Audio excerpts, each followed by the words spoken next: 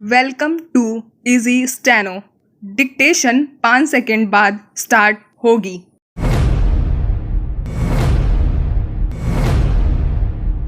कोई भी व्यक्ति बीमार होने पर चिकित्सक की सलाह से दवा इसलिए लेता है ताकि वह स्वस्थ हो सके, लेकिन अगर दवा लेने के बाद उसका रोग और गंभीर अवस्था में पहुंच जाए या फिर उसकी जान तक चली जाए तो यह दवाओं के निर्माण से लेकर कारोबार तक पर एक गंभीर सवाल है।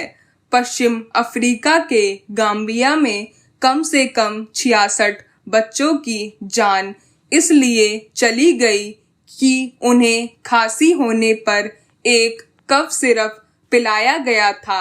यह दवा हरियाणा के सोनीपत में स्थित एक कंपनी में बनी थी।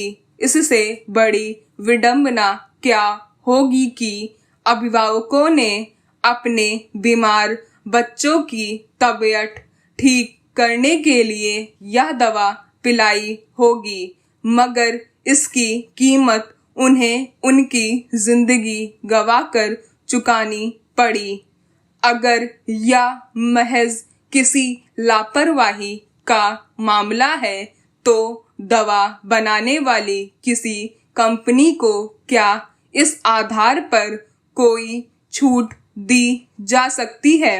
शुरुआती प्रतिक्रिया में विश्व स्वास्थ्य संगठन ने इस मसले पर गंभीर रुख अख्तियार किया और संबंधित खांसी की दवा सहित गाम्बिया में चिन्हित की गई उन दवाओं के इस्तेमाल के खिलाफ चेतावनी जारी की, जिनकी वजह से 66 बच्चों के गुर्दे खराब हो गए और आखिरकार उनकी जान चली गई।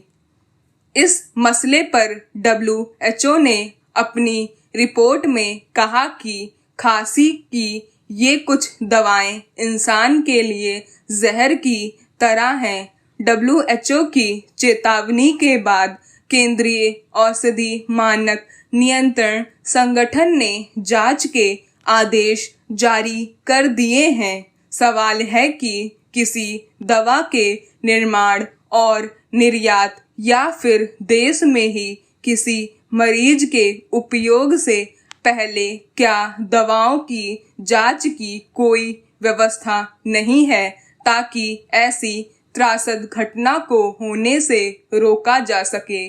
दरअसल शायद यह मामला दबा रह जाता अगर इतनी बड़ी तादाद में बच्चों की जान जाने की घटना किसी बाहरी देश में नहीं हुई होती और WHO ने इस पर सख्त रवैया नहीं अपनाया होता।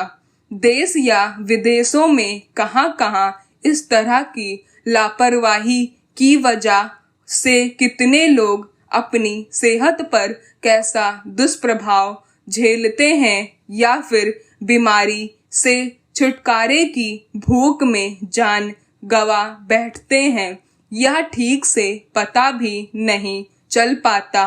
क्या इस घटना को महज दवा के असर से हुई मौतों के तौर पर देखा जाएगा या फिर इसे किसी हत्याकांड की तरह भी बरता जाना चाहिए?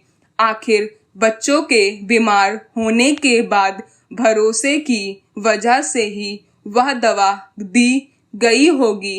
इस भरोसे के उलट गुर्दे खराब होने के साथ 66 बच्चों की मौत का जिम्मेदार किसे माना जाना चाहिए? किसी भी दवा के निर्माण से लेकर खुले बाजार में आने से पहले एक लंबी प्रक्रिया होती है जिसमें कई स्तरों पर परीक्षण के बाद ही उसे मरीजों के आम उपयोग के लिए जारी किया जाता है। लेकिन हालत यह है कि किस दवा को चिकित्सीय परीक्षण की किस प्रक्रिया से गुजारा गया और उसके क्या परिणाम रहे, इसका ब्यौरा आम लोगों की पहुंच में नहीं होता। हर दवा में इस्तेमाल रसायनों का कोई न कोई असर होता है।